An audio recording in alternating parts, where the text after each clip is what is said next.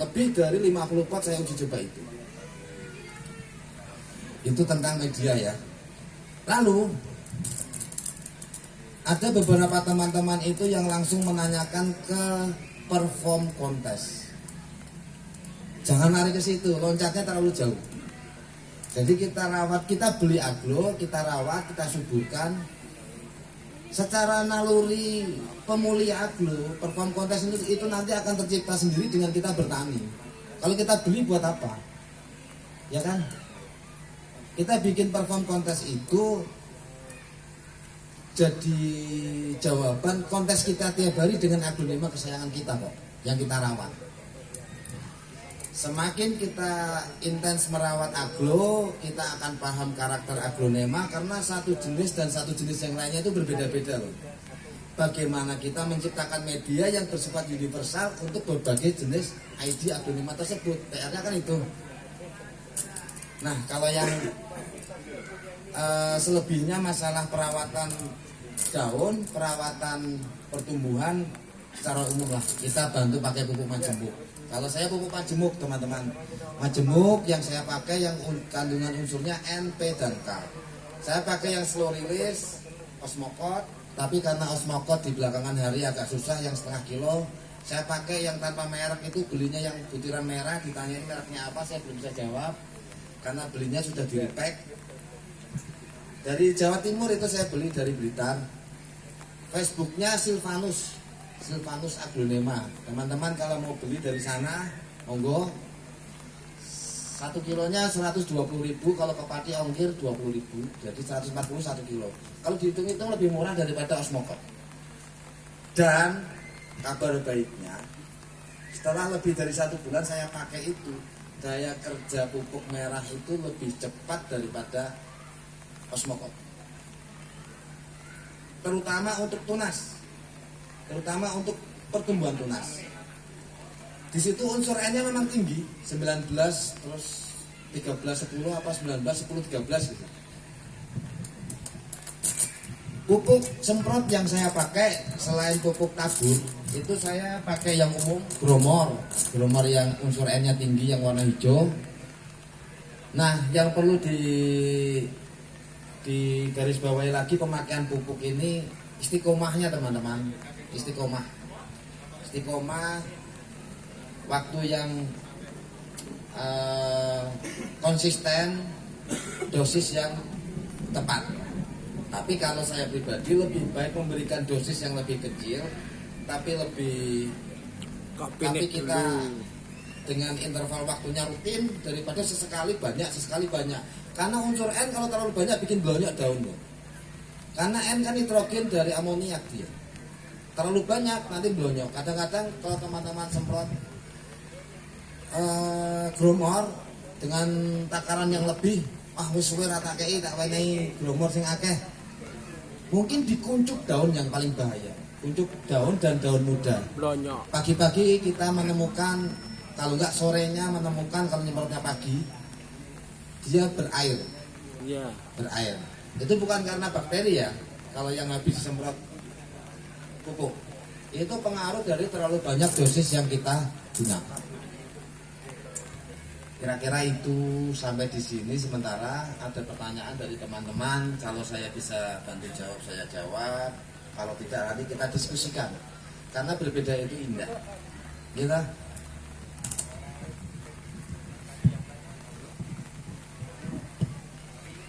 Semoga tidak ada. Monggo Mas. Perkenalkan nama karena saya kan juga belum kenal. Saya pengen kenal loh. Kalau PDKT kan nggak pantas di sini.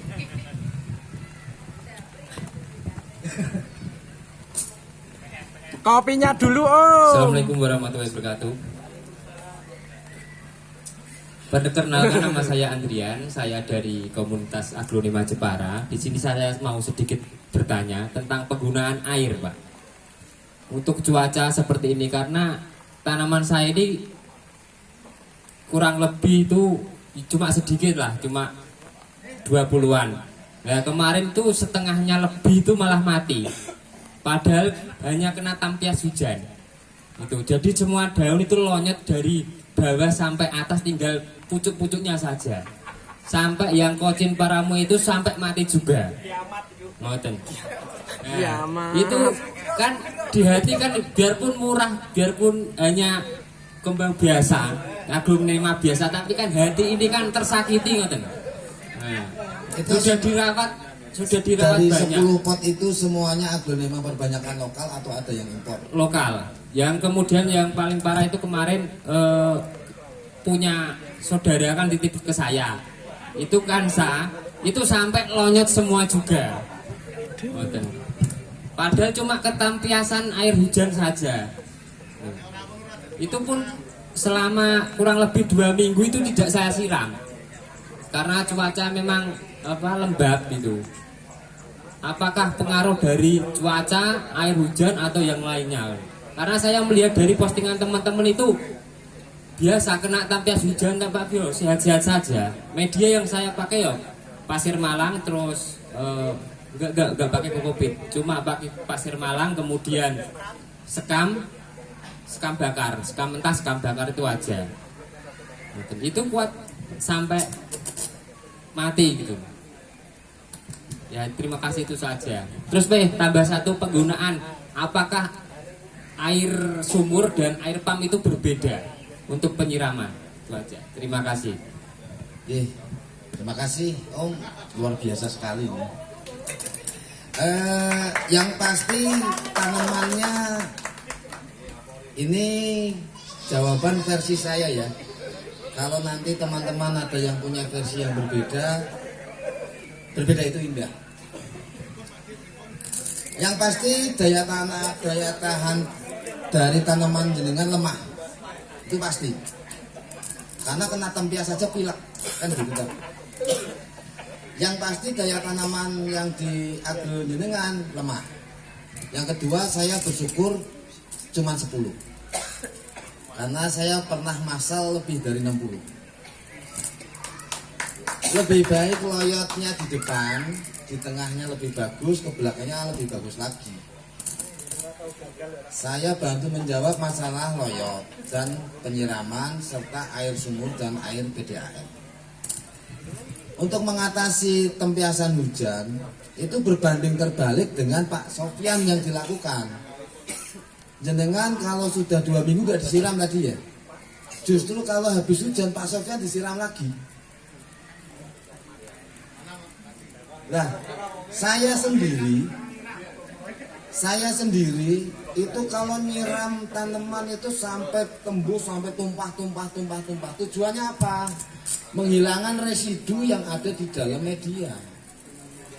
Kalau residunya itu tidak kita keluarkan, pasti akan muncul mikroba yang bersifat patogen, yang merugikan. Makanya kita ganti dengan air yang baru. Perlu digarisbawahi, aglonema tidak takut dengan air, tapi dia takut dengan air yang mandek terlalu lama, yang akan mengakibatkan jamur, cendawan, mikroorganisme yang tidak bermanfaat itu akan tumbuh subur di media yang bacak. Makanya ada istilah media yang porus. Porus seperti apa sih? Yang tidak mengikat air terlalu lama. Musim hujan begini, sebagian tempat saya ada yang kena hujan, ada yang saya hujan-hujankan, tetap saya siram 4 hari sekali, 3 hari sekali, 4 hari sekali. Meskipun masih basah saya ganti. Karena apa?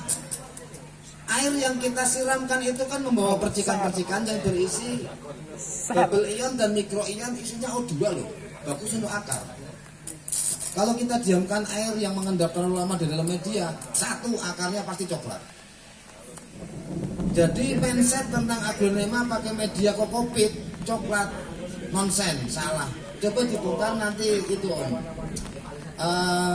Kompakta yang dari saya full kokopit itu, tetap putih akarnya. Ya, kita kan siram terus sampai tembus jadi kita ganti air yang ada di pot. Itu ya Mas Andrian ya. Terus masalah tempiasan, daunnya pada lonyot, coba dikasih bakteri fungisida, dirutinkan. Mungkin jenengan nggak rutin. Lebih baik preventif daripada mengobati.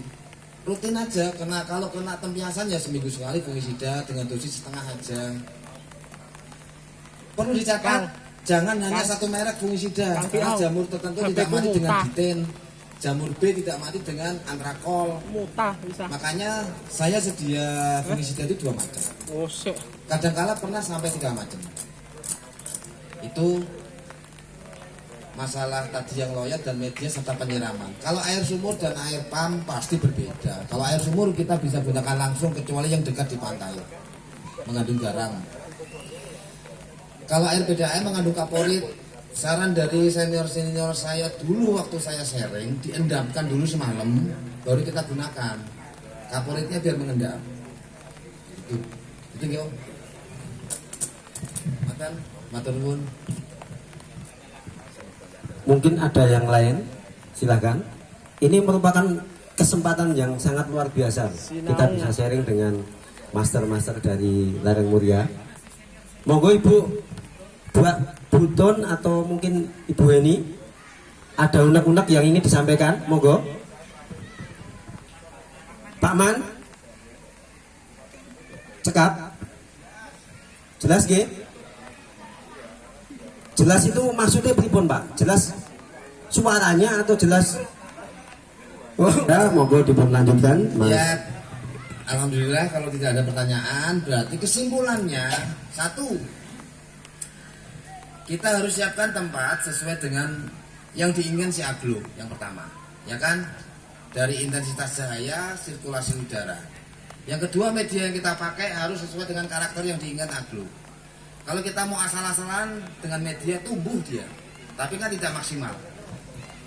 Yang ketiga, perawatan pengendalian hama dan penyakit itu harus rutin. Sebelum terjangkit kita cegah, sebelum terjangkit kita cegah.